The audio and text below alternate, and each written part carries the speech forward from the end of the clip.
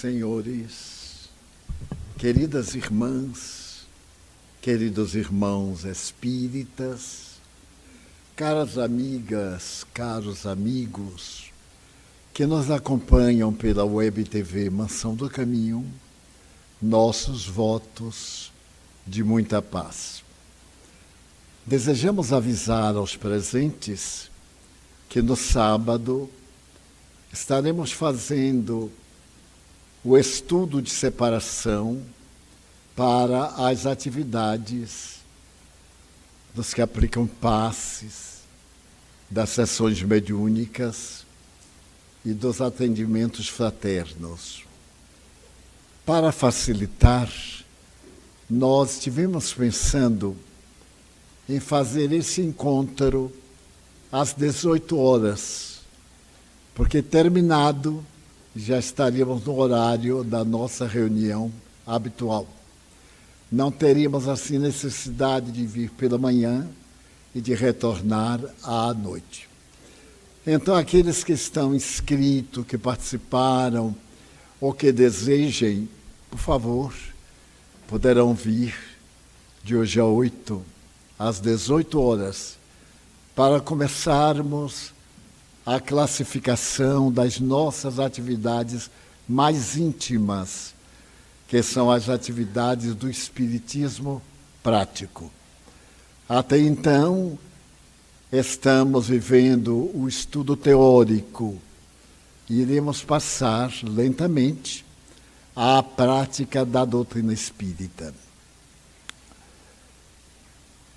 Na semana passada, fizemos uma análise da calúnia e o seu nefasto resultado, mesmo quando o caluniador, justifique-se que não fez por mal.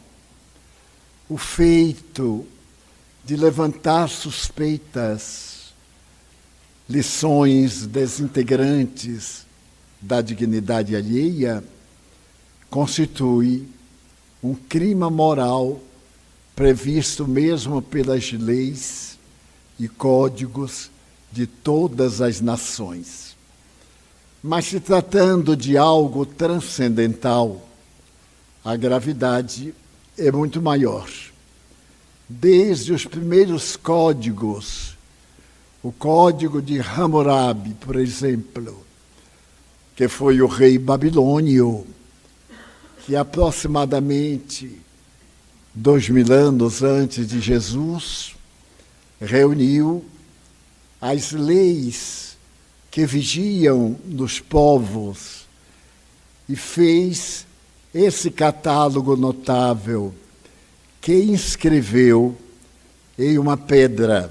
Hoje, essa pedra está no Museu Britânico. É o Código de Hammurabi.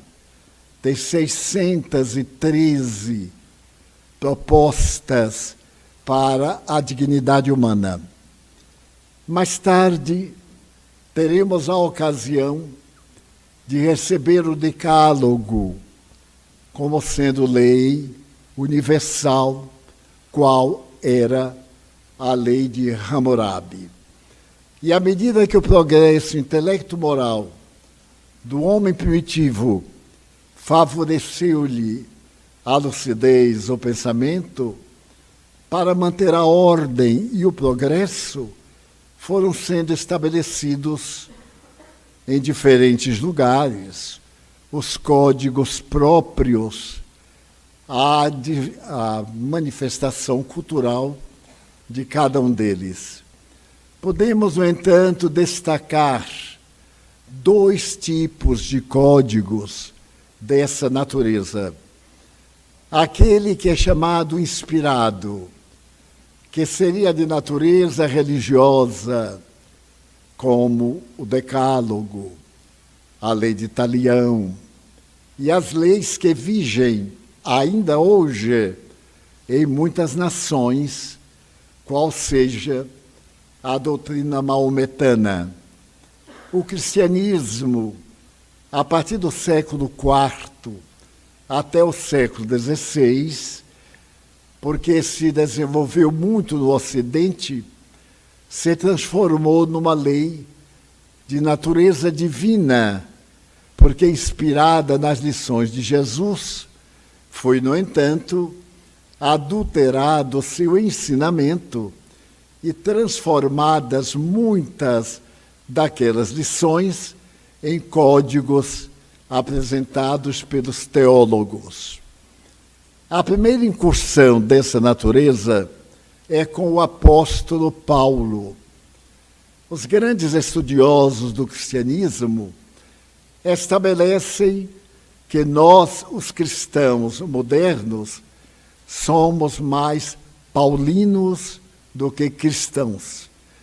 Porque, sendo Paulo um ex-mestre da lei, ele estava muito vinculado à doutrina rabínica e esperava mesmo ser o patriarca do rabinismo em Jerusalém, quando, na sua viagem a Damasco para perseguir um cristão famoso, ele teria tido a visão de Cristo. E, a partir de então, aquele Saulo, da cidade de Tarso, uma cidade israelita de cultura grega e de domínio romano, razão pela qual ele falava os 3 idiomas. Ao tornar-se cristão, uma das suas primeiras providências foi mudar de nome. Porque na doutrina antiga, a pessoa confessava os seus erros publicamente e se tornava um ser novo. Daí a expressão de Jesus, o homem velho, tornar-se um homem novo. Esse homem novo adotava um novo nome, porque aquele, após a confissão, teria de mudar de vida e a sua existência transata desaparecia completamente. Mais tarde, a Igreja Romana transformou do batismo do momento do nascimento e houve uma alteração capital entre o batismo judeu de Jesus e o batismo convencional das religiões denominadas cristãs, porque derivadas do cristianismo. Dessa forma, aquelas leis que eram de natureza religiosa tornaram-se simultaneamente leis civis. E, concomitantemente, à medida que a ética e a filosofia apresentou proposta de bem-estar para a vida, esses propósitos foram transformados em códigos de ética moral e, mais tarde, em leis governamentais. Desse modo, o tema que pretendemos abordar é a vingança, efeito natural, criminoso, da calúnia. Porque todo mundo sem estrutura moral que se sente ultrajado, apontado, diminuída a sua moralidade, destituído dos seus valores, deixa-se dominar por certos requisitos, pela animosidade, pelo rancor e pelo desejo de restabelecer a sua verdade, vingando-se daquele que o destratou. A vingança é, portanto, um crime de efeitos posteriores tão grande quanto a própria calúnia. É comum dizermos, aqueles que se acreditam religiosos, eu perdoo, mas Deus me vingará. E transmite a Deus uma natureza humana e de uma covardia infinita. Alguém me dá uma bufetada, é uma coisa comum, mas Deus vai dar-lhe lepra, vai dar-lhe câncer, vai cobrar por mim. É ainda uma herança do nosso egotismo. A nossa herança egóica é inteiramente animal. Porque na fase primária, no trânsito do Pithecanthropus erectus, do homem animal, bípede, porém animal, e do Homo sapiens, aquele que começa a pensar, vai uma imensa distância de mais de 1 bilhão de anos de transformações em seu corpo físico, particularmente nos neurônios, e de seu corpo espiritual, através das reencarnações. Graças às reencarnações, nós temos os sentimentos de amor ou de animosidade, de simpatia ou de ódio, de trabalho ou de indolência. É uma herança que nós trazemos da faixa primitiva, da faixa animal, a astúcia dos felinos, a indolência da preguiça, como remanescentes que a educação, o conhecimento, a cultura vão trabalhando ininterruptamente. E, para tanto, em todas as épocas, desde as mais recuadas, assevera-se que Jericó, na Palestina, é a cidade mais antiga do planeta terrestre. No entanto, Platão já asseverava que, antes desta cultura, desta civilização, houve uma outra cultura, uma outra civilização, a civilização antítota. Era aquela civilização que atingiu o ápice do aperfeiçoamento intelectual. Mas o aperfeiçoamento moral não correspondeu à mesma expectativa. E a tecnologia, em mãos malvadas, torna-se instrumento de destruição, por causa do ego, o desejo de ter, de dominar, de sobrepor-se.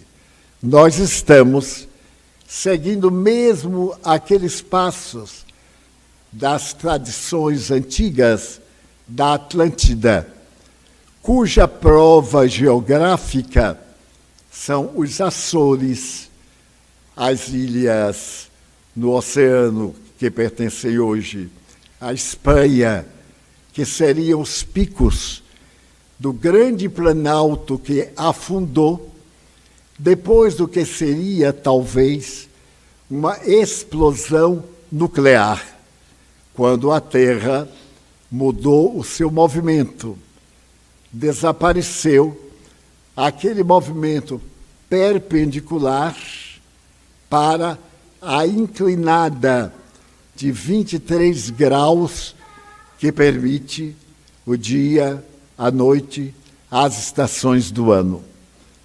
Mais ou menos em 2004, quando houve o tsunami da Ásia, e a situação foi tão calamitosa como aquela, que os geógrafos admitem que a inclinação do eixo da Terra mudou de 18, ou melhor, de 23 para 18, numa tendência que vem desde há milênios para a posição da Terra na sua verticalidade. Quando, ao invés de termos altíssimas e baixíssimas temperaturas, neste movimento, ao invés do movimento inclinado, nós teríamos sempre o mesmo clima.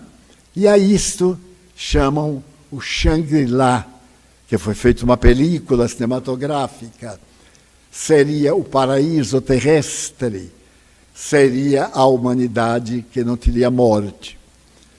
Dessa forma, a calúnia é o resultado natural da fera que está sendo domada pelo self, pelo espírito que somos, de a pouco e pouco, freando os instintos, em outras palavras, educando-os, estabelecendo uma linha de prazer, de equilíbrio, de ordem, que será a linha educacional, que é um povo educado, o que tem bons costumes.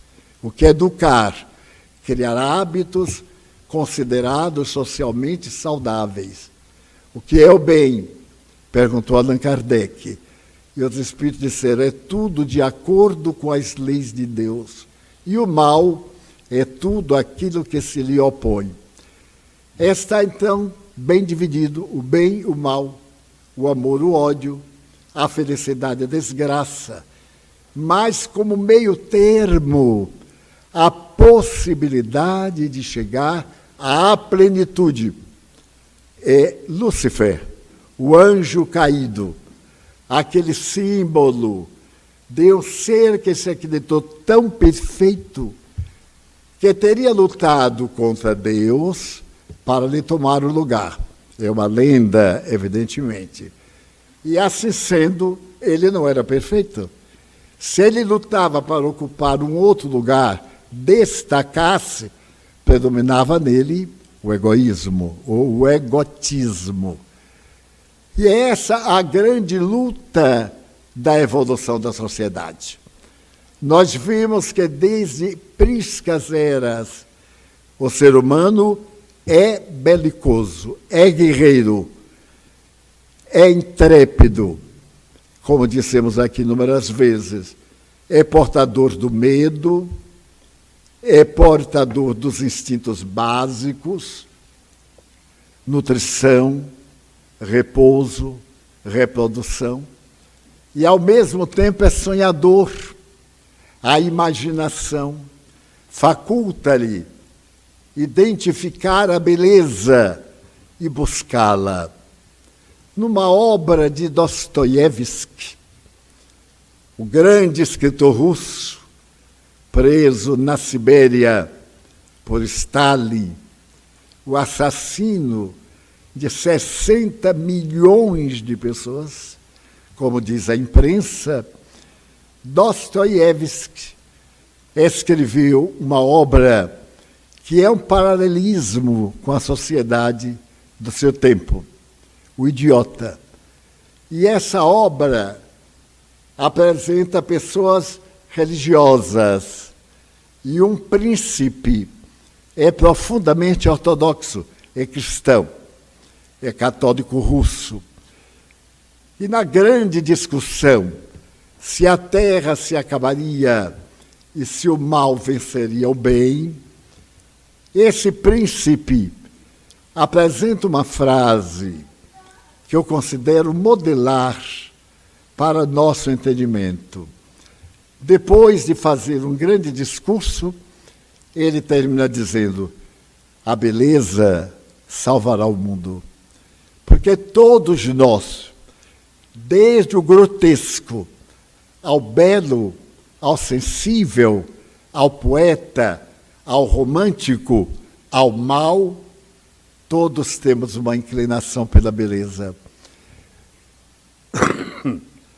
Porque a beleza transcende tudo aquilo que a imaginação possa conceber.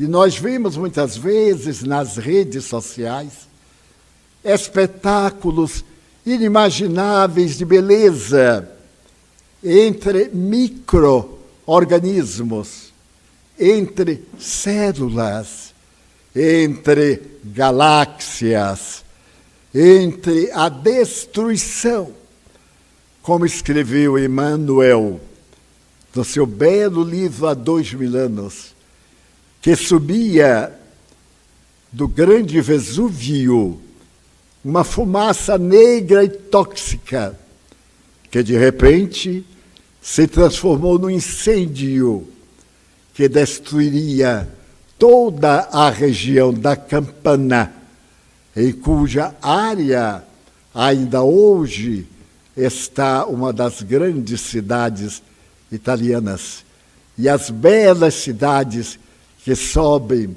a Costa de Ouro. Dessa maneira, a beleza é a presença de Deus em toda parte. É conhecida uma história profundamente perturbadora.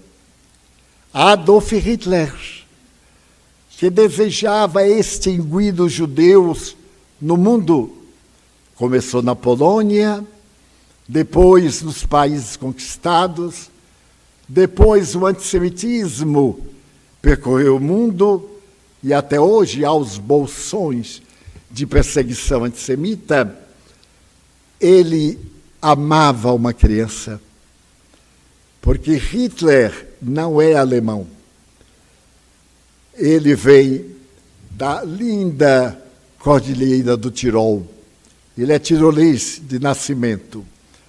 E numa das montanhas mais altas entre a Áustria e a Itália, foi construído o Ninho da Serpente, um palácio de aço, com toda a proteção, onde ele se homiziava quando dispunha de tempo. Na condição de tirolês, ele lutou para que a Áustria não se vinculasse aos chamados aliados. E por isso ele não a bombardeou.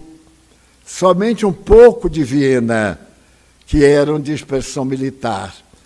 Pois esse homem, que odiava tremendamente os judeus, sem saber por quê, estava certa feita em Munique, e ele ia ter um encontro que ficou muito célebre entre Churchill, inglês, Roosevelt, presidente dos Estados Unidos, e ele, os três donos do planeta terrestre. Merece lembrar que Roosevelt havia sofrido de paralisia infantil e naturalmente usava a cadeira de rodas. Tinha muitos limites, mas era uma inteligência invulgar. Presidente da República Americana, casado com uma mulher notável, que trabalhou grandemente pelos direitos da mulher, Eleonora Roosevelt. Churchill era depressivo para ver. No homem que criou uma frase que ganhou a guerra: nunca poucos venceram tantos. Foi a frase que ele disse em relação à pequena Inglaterra com a poderosa Alemanha, que havia conquistado já, na época, mais de 10 países. E ele venceu a guerra. Ele tomava antidepressivo diário para poder manter o bom humor e sustentar o seu povo. Então, nós vamos ver Stalin. Ele era filho de uma não russa, a quem mandou matar. E, posteriormente, ele foi vencendo os pequenos países e formou a poderosa organização soviética, que foi derrubada por ocasião da queda do Muro de Berlim. Esses três homens deveriam decidir o destino da humanidade e foram fazer a foto oficial. O povo a uma distância regular. Quando uma menina de 3 anos saiu correndo, burlou a vigilância de soldados, saiu correndo e se jogou nos braços de Hitler. Imagina quem ela foi escolher. Com tanta gente ali, mas é a lei das afinidades. Ela abraçou e ele, que era casado com Eva Braun, se apaixonou totalmente pela criança, a ponto de levá-la à sua residência em Berlim, às cidades em que ia, num amor incomparável. Agora, a notícia incrível: a menina era judia. E apesar de judia, a quem ele matou, repitamos, 6 milhões de pessoas. Quando nós damos um número, não dá ideia, mas 6 milhões de pessoas é a população da cidade do Salvador 2,5 vezes. Ele matou todos. Fora os outros povos, só judeus. Matou mais de 10 milhões de pessoas, tranquilamente, como quem mata moscas. Pois bem, esse homem tinha sentimento. Amou a Eva Braun. No momento em que perdeu, combinou com ela morrer. Mas como ele não confiava em ninguém, matou-a primeiro. E depois matou-se. E exigiu que o cadáver fosse queimado ali na porta de Brandemburgo, que separava as duas Alemanhas. E separa a Alemanha do Norte e a Alemanha do Sul. Ali, então, seu cadáver jogaram fósforo, foi incendiado e não ficou nenhuma lembrança física, orgânica, do homem mais terrível do século, ao lado de Stalin, que não foi menos terrível.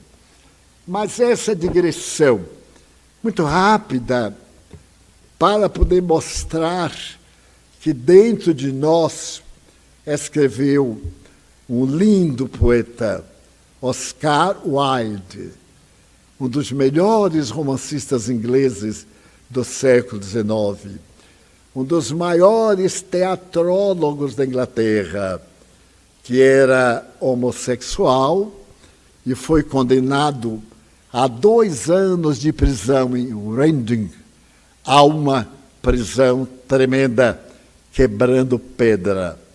Ele que era escritor emérito, que era poeta, que era de uma sensibilidade ímpar.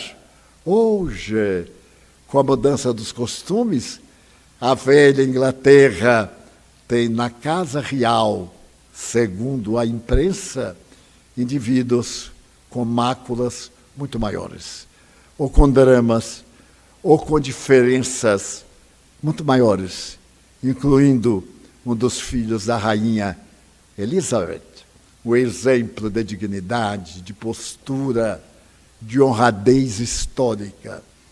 A mulher que governou mais tempo no mundo e que vai ultrapassar todos os governantes que já passaram pela Terra. Mas como isto é possível? Se nós nascemos na hora do berço, e se nós morremos na hora da parada cardíaca e da falta de oxigenação do tronco cerebral? Como é possível? Então, a mim, Deus me deu 95 anos de uma vida saudável. Eu só tive 2 pequenas cirurgias durante 95 anos. Uma de 5 horas, a outra de 3. Mesmo assim, poderia adiar sine die.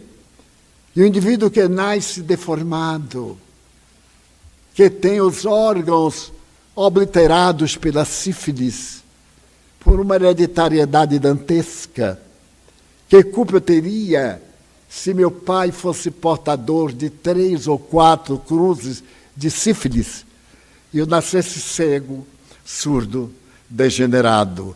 Eu amaria esse Deus que me fez assim e fez 12 irmãos meus perfeitos, sem nenhuma doença hereditária, que morreram todos depois dos 80 anos, porque lá em casa para morrer não é fácil. É depois dos 80 para aliviar. Então, a reencarnação, que nos leva a nos aprimorarmos cada vez. Somos hoje melhores do que ontem.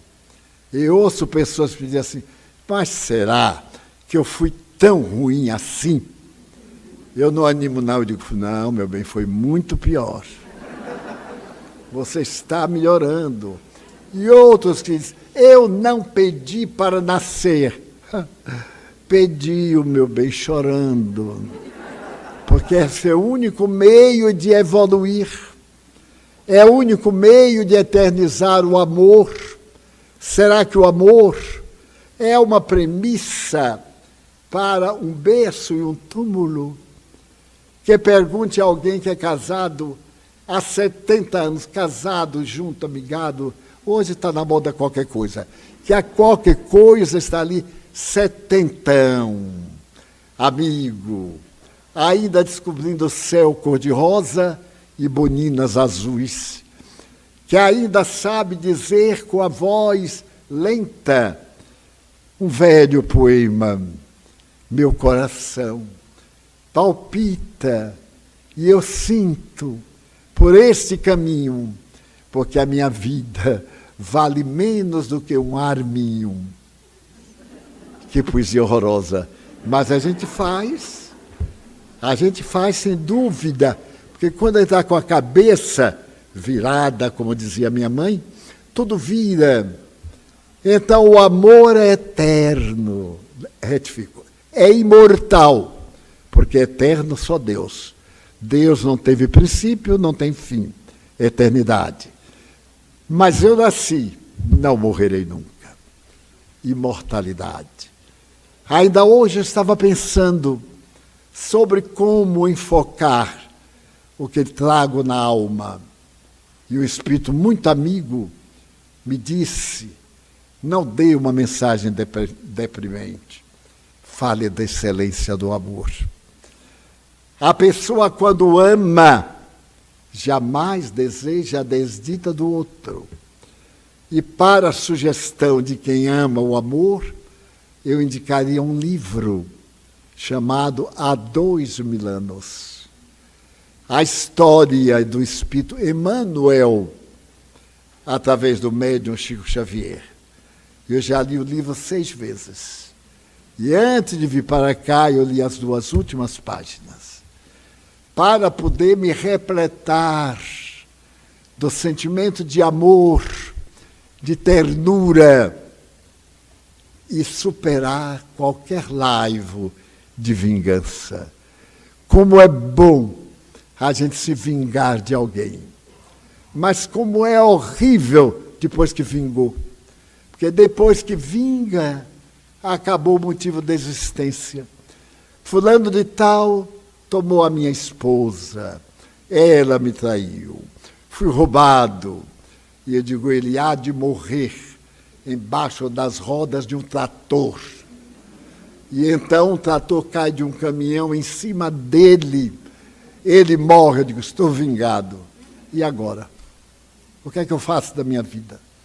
Não tem meta. Agora, se eu disser assim, a minha vingança é que ele viva bem, porque viver é uma arte. E nem todo mundo sabe esta arte. Viver são experiências, e experiências as mais belas também são feitas de ansiedade, de dor, de intranquilidade, até o coroamento pleno e total daquilo que chamaríamos a felicidade. Mas quantos medos mesmo na felicidade. O rico tem medo de ficar pobre. O pobre tem desejo de ficar rico só para ele mostrar a muita gente como ele era por dentro. Quantos me dizem, eu vou comprar na loteria, porque no jogo do bicho não dá. Só dá aí 20 mil reais, 30, mas na loteria, naquela não sei quantos milhões, para beber a taça da cicuta da infelicidade, da fortuna. Então, nesta obra que me refiro, tem um dos lances mais trágicos que eu já li a respeito dessa dualidade, né? A calúnia e a vingança. O espírito Emmanuel reencarna-se como senador de Roma. E tem uma filhinha que é leprosa. Aos 8 anos, Flávia, sua filhinha, que foi a reencarnação de Chico Xavier, o nosso Chico Doce, há 2000 anos era portador da hanseníase. E foi essa hanseníase que levou o senador Públio Lentulus à Palestina, onde estava o profeta Nazareno. Falava-se em Roma deste homem que abalava as criaturas, cuja voz tinha a doçura do mel e cujo amor inundava as vidas. E Públio Lentulus e sua esposa Lívia, e a filhinha, o corpo chagado, chagas enormes, a pele desfazia-se, e nem o médico de Roma conseguia diagnosticar exatamente, porque a hanseníase era confundida com outras enfermidades da pele. E então, quando chegam a Cafarnaum, a cidade onde o lago é mais belo e transparente, uma amiga espírita foi há 3 dias fazer umas fotografias do lago em que Jesus esteve para me mandar. E ela me escreveu assim: o sol declinava por detrás da montanha do Gilboé. Havia uma brisa que eriçava levemente as águas do mar, tranquilo e imenso. Coloquei a máquina, procurei o reflexo. Havia alguma luz que cortava as águas levemente eriçadas e imortalizei aquele momento pensando: bem-aventurados os pobres de espírito, porque eles ganharão os céus, que é a primeira frase das bem-aventuranças. E ela me mandou. Então eu fiquei horas sobre aquelas águas, hoje uma cidade comum de turismo, com as desgraças e as grandezas de qualquer cidade, mas em cuja borda, um dia, um homem modificou o destino da história da humanidade. E quando Públio Lentulus chega a Jerusalém e vai recepcionado por Pilatos, que era casado com Cláudia Fúlvia, ela, a esposa, e a sua irmã, que também era casada, percebe que o degenerado Pilatos sentiu uma estranha atração por Lívia.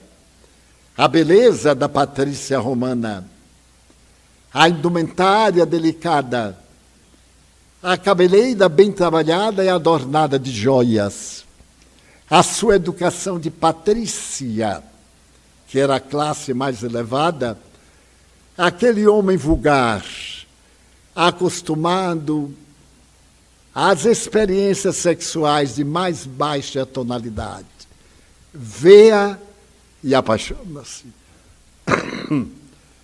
Era a única mulher que o sensibilizou, porque ali em palácio ele tinha cômodos para receber as jovens iludidas à caça de prosperidade e posição social.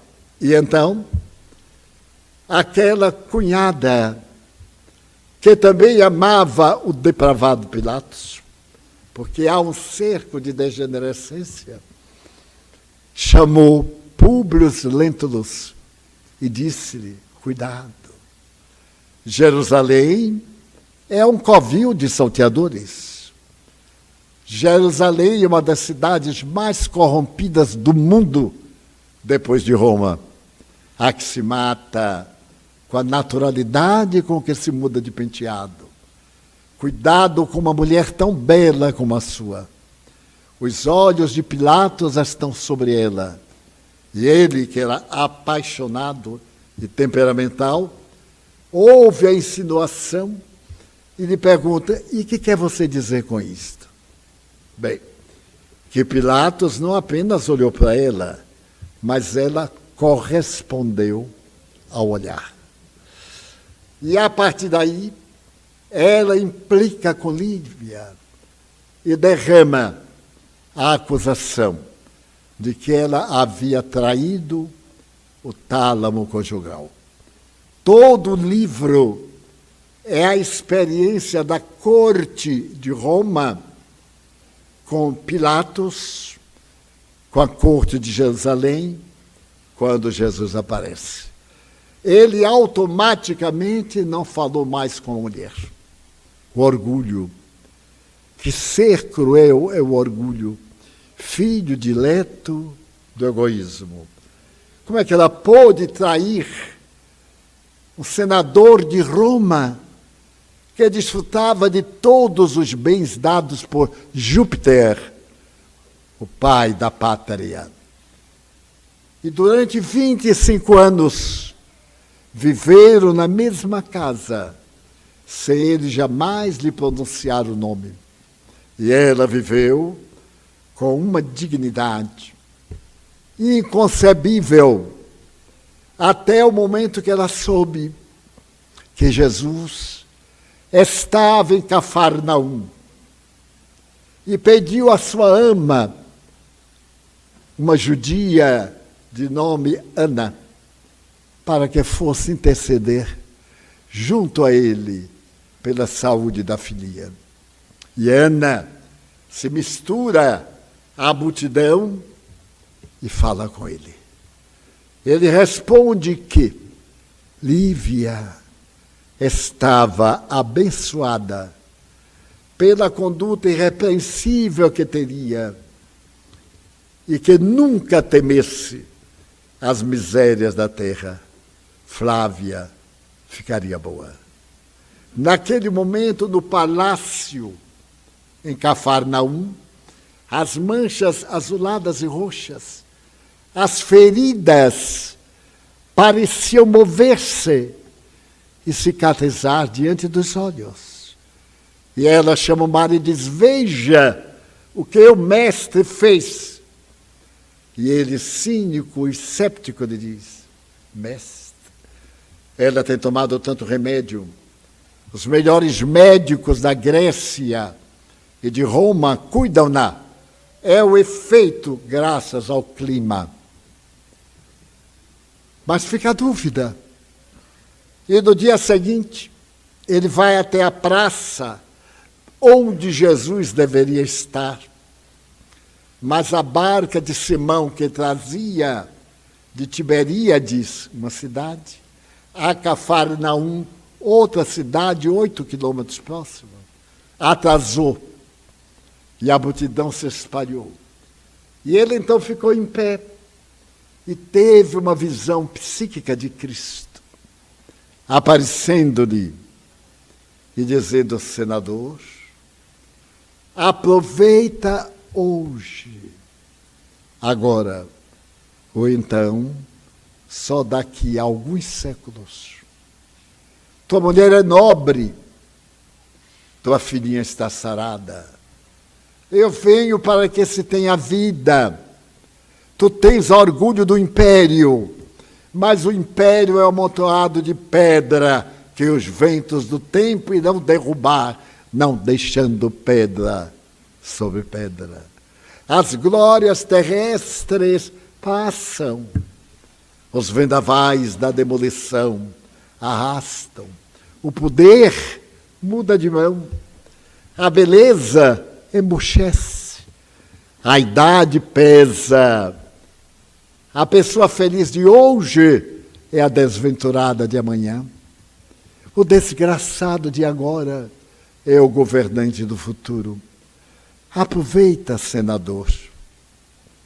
E ele olha, e Jesus lhe sorri e toca-o.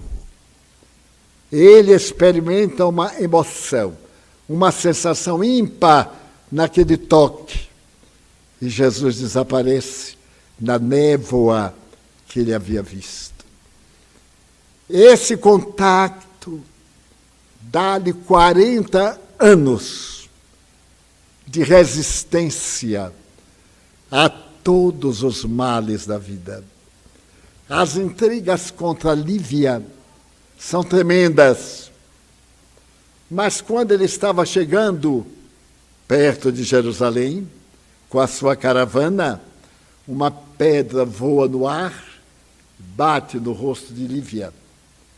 Logo a soldadesca, era um exército que o acompanhava, acorre e agarra um rapazito de 16 anos. Trazem, foi ele que atirou a pedra. Muito bem. Então, deem-lhe uma surra e botem nas galeras. Matem. Porque ir para as galeras, remar até a morte. E então isso aconteceu de imediato. No dia seguinte, ele está em Jerusalém, e um homem modesto do campo vai até ele e pede: Senhor, tenha compaixão de meu filho. Eu sou pai. Meu filho vai morrer nas galeras. Ele não fez por mal. É falta de juízo. Perdoe, meu filho. Eu me ajoelho aos vossos pés. Perdoe. E o orgulho do senador reprocha aquele homem vil, judeu, sem caráter, sem valor, empurra-o e diz: se tu és pai, deverias ter providenciado uma educação melhor do teu filho. Agora é tarde demais. A minha palavra não volta atrás. O homem levanta-se, transforma-se em uma fera. Senador, você ganha neste momento o inimigo dos piores que já existiu. Você não sabe o que eu sou capaz de fazer para me vingar. Não se esqueça, eu vou me vingar. Ele não deu importância. Quem podia fazer aquele pária? Um mês depois, uma empregada nova foi colocada na casa de Públio Lentulus. Ela era muito amiga de André de Gioras, o pai do menino. E foi colocada por André para poder ver a família, para descobrir seus hábitos. E quando ela adquiriu confiança total, ele mostrou qual era o plano: raptar o filho de 1 ano do senador. E assim fizeram. Numa noite de descuido, ela era ama da criança, ela raptou a criança, entregou a André, que saiu de Cafarnaum e desapareceu. O senador quase enlouqueceu. Até o imperador, que era Domício Nero, foi envolvido na questão. Todo o público militar de Roma procurou a criança sem encontrá-la nunca. Vamos dar um salto de 40 anos. Jerusalém está sendo atacada. É o ano 67, a queda de Jerusalém. Nesse momento, Vespasiano, imperador, está construindo o Coliseu em Roma. Seu filho, Tito, que será também imperador, está sitiando Jerusalém. Jerusalém está cercada. As matanças, bem, basta que de uma vez mataram 60.000 judeus. O sangue corre pelas ruas. E o senador, que agora é uma grande autoridade, já no regime de Vespasiano, imperador, está ainda à busca do filho, que ele acha que não conseguirá. Caiu numa armadilha e foi preso pelos judeus. As tropas romanas estão invadindo a cidade. Já se ouvem na rua as lutas corpo a corpo. E Públio Lentulus e outro senador estão nas mãos do inimigo. Quando aparece um homem de baixa estatura, rude, e Públio lembra-se, mas eu conheço esse homem. De onde será que eu o conheço?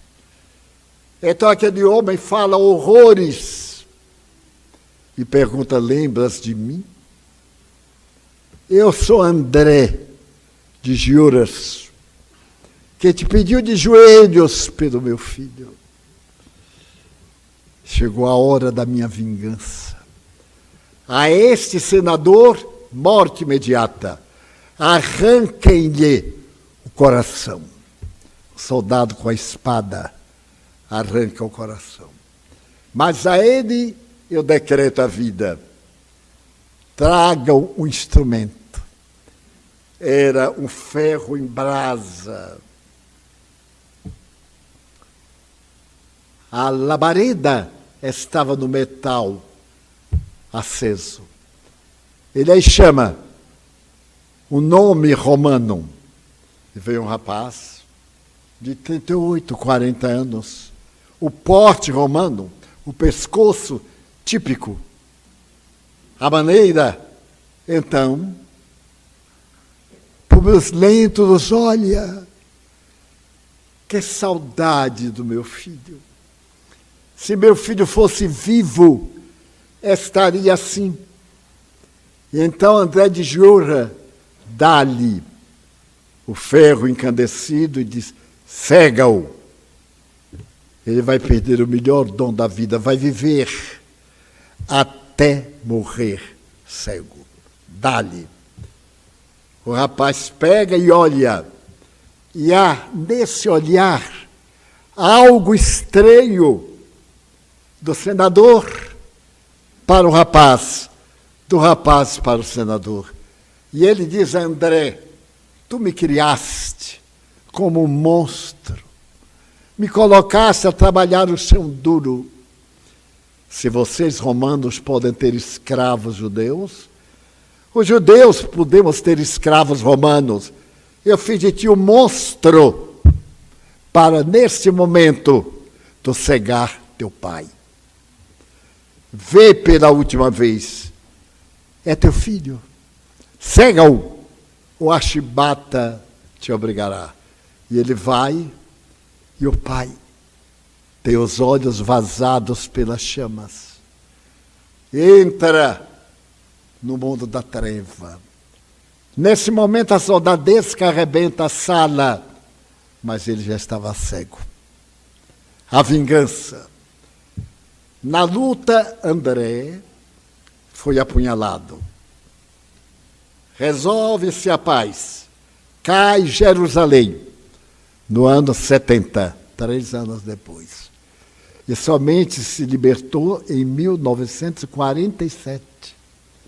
1947, quando a ONU, que tinha como secretário-geral Oswaldo Aranha, um brasileiro, concedeu a Israel o território para ser hoje a Palestina israelita. Que paradoxos humanos. E então, estava agora o senador cego em Roma, a filha cega também em Roma, graças às intrigas e calúnias da corte, quando ocorre um dos momentos mais trágicos. André de Gioras é surpreendido e vai ser levado ao circo. Mas Públio Lentulus, nesse ínterim, tinha se feito cristão. E aquele perdão que ele negou, fazia 40 anos, ele mandou chamar, apesar de cego, André de Gioras, no cárcere do grande campo de martírio, e disse-lhe um dia: tu me pediste pelo teu filho, mas eu era louco e te neguei. perdoa-me. Eu agora, com Jesus, eu te perdoo. Todo o mal que te fiz e todo o mal que fizeste à minha família. Minha filha casou-se com um louco. Ele assassinou o próprio irmão. Meus melhores amigos foram assassinados. Eu estou no mundo com a ama de minha mulher, que morreu no circo. Porque ela se dedicou a Cristo e morreu no circo. E na hora que o leão vai pegá-la, ele estava ao lado de Nero e olha e vê que ela estava vestida de judia. Ela olha para ele e ri, e o leão despedaça-lhe o tórax. Então agora, André, perto da morte de nós dois, porque que tempo eu tenho para viver? Perdoe-me. Se eu lhe fiz qualquer mal, perdoe-me. Como as nossas rixas, nossas queixas, nossos ódios são tão insignificantes à hora da morte. Como muita coisa nesse momento não tem nenhum sentido. Se não for a certeza da imortalidade da alma, que ele diz, nós voltaremos a viver, nós nos encontraremos nessas reencarnações voluptuosas. Morre André. Depois, o Vesúvio destrói todas as cidades da Campana. As labaredas, as cinzas, chega até Herculanum, uma cidade próxima. O palácio desaba sobre Ana, a serva, ele, André e a filha. E somente resta o pó. Até hoje se descobrem aqueles que morreram no terrível Vesúvio, envenenados pelos tóxicos, asfixiados pela fumaça. Cada dia se descobre mais e mais. Era uma cidade de recreação. E Emmanuel termina o livro dizendo o futuro nos espera. Nesta encarnação, Públio Lentulus é o espírito Emmanuel, um dos mais evoluídos que se comunicou na Terra durante 80 anos através da ímpar mediunidade de Chico Xavier. Está reencarnado com os 17 para 18 anos. Flávia, a leprosa, é Chico. Sempre doente, com uma problemática terrível na vista por 60 anos. 60 anos. Nunca se queixou. Nunca reagiu a ninguém. Esbofetearam-no 2 repórteres da revista Cruzeiro, Davi Nasser e Jean Manzon. Ele não reagiu. Morreu aureolado de luzes, depois de confortar mais de 10 milhões de pessoas, para as quais ele trouxe mensagem da vida eterna. E André de Gioras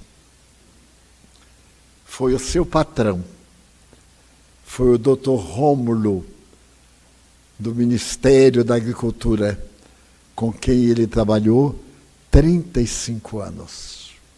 Era duro, mas a mediunidade do Chico, dele fez espírita. E como Chico era de uma família muito pobre, de uma cidade muito modesta, de cedo, ele se tornou verdadeiro anjo bom para o Chico. Impediu os assaltos dos maus, de alguns padres que quiseram humilhá-lo na televisão.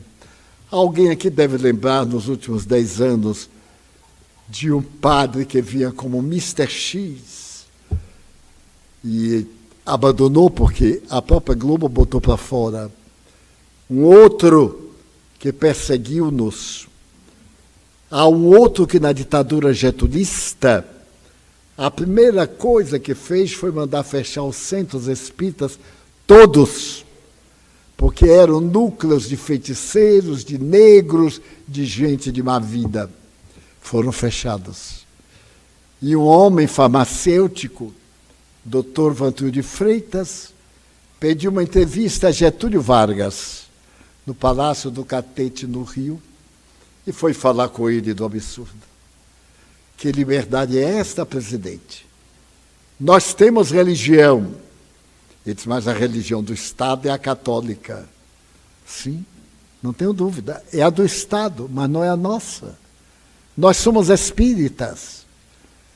E o pequenininho fumando seu charuto escutou a palavra austera e nobre do Dr. Vantuil de Freitas e disse, o seu ministro, o Dr. Miller,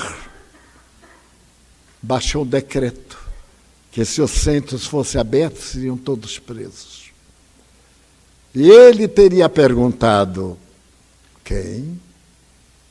O Dr. Miller, que odiava o espiritismo, cuja família hoje, em Campo Grande, Mato Grosso do Sul, uma família extraordinária, ou melhor, Mato Grosso, uma família extraordinária, todos espíritas. O mundo é paradoxal. Uma de suas sobrinhas, eminente professora da universidade, do Estado, sua tia, em cuja casa me hospedei, na casa do irmão dele, etc. Getúlio mandou abrir na mesma hora todos os centros espíritas, porque era esta a religião da sua mulher, Dona Darcy Vargas. Podem proibir tudo, mas não se pode proibir a consciência de pensar. Então, valerá a pena a vingança diante da vida? Por que nos envenenarmos com a raiva? Alguém nos fez o mal, tenha certeza que a pessoa tem inveja de nós. É a inveja, o egoísmo. Alguém nos distratou, falou horrores, mentiu. Porque quando se fala mal, se acrescenta um pouco. Que mal isso nos faz? Será que eu sou o que alguém pensa? Divaldo é tal coisa. Opinião dele. Não somos o que parecemos. Somos o que somos. Por isso, o pensamento de Sócrates ainda é atual, quando diz, eu sou o que eu sou. Conhecer-se a si mesmo e amar.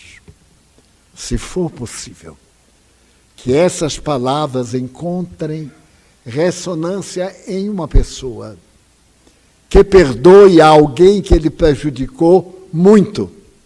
Se prejudicou pouco, não faz falta. Mas se prejudicou muito, diz assim, vou fazer um esforço, né? Porque o bumerangue volta. O mal que se faz, a si mesmo se faz. Então esse é o primeiro sentimento de inteligência. Se eu faço mal a alguém, estou fazendo a mim. Mas segundo, o que é que eu ganho com a desgraça de outro? Que satisfação é essa? É uma satisfação paranoide, é uma satisfação psiquiátrica, da gargalhada do outro sofrendo, e daí a gente também vai e sofre. Quem está livre? Quem está livre? Eu estava lendo hoje ainda o jovem mais rico do mundo, um músico, queria comprar determinadas ações e não venderam. Então eu compro a empresa inteira, e comprou a empresa inteira. Mas ele continuou o mesmo, não ficou mais rico, não ficou mais pobre, só a sua vaidade ficou. E eu disse assim, coitado, eu vou orar por ele, porque é capaz dessa empresa o matar. Porque viver com gente Só muita gente. É preciso que Deus nos dê muita força. Então gostaríamos, em nome daquele Jesus, que diante da multidão alucinada disse: meu Pai, perdoa-os. Eles não sabem o que fazem. Até hoje. Muitos de nós não sabemos ainda o que fazemos, porque somos vítimas dos impulsos, do temperamento, das ocorrências, que a divindade nos está ajudando a mudar. Esta é a missão do Espiritismo. Muita paz.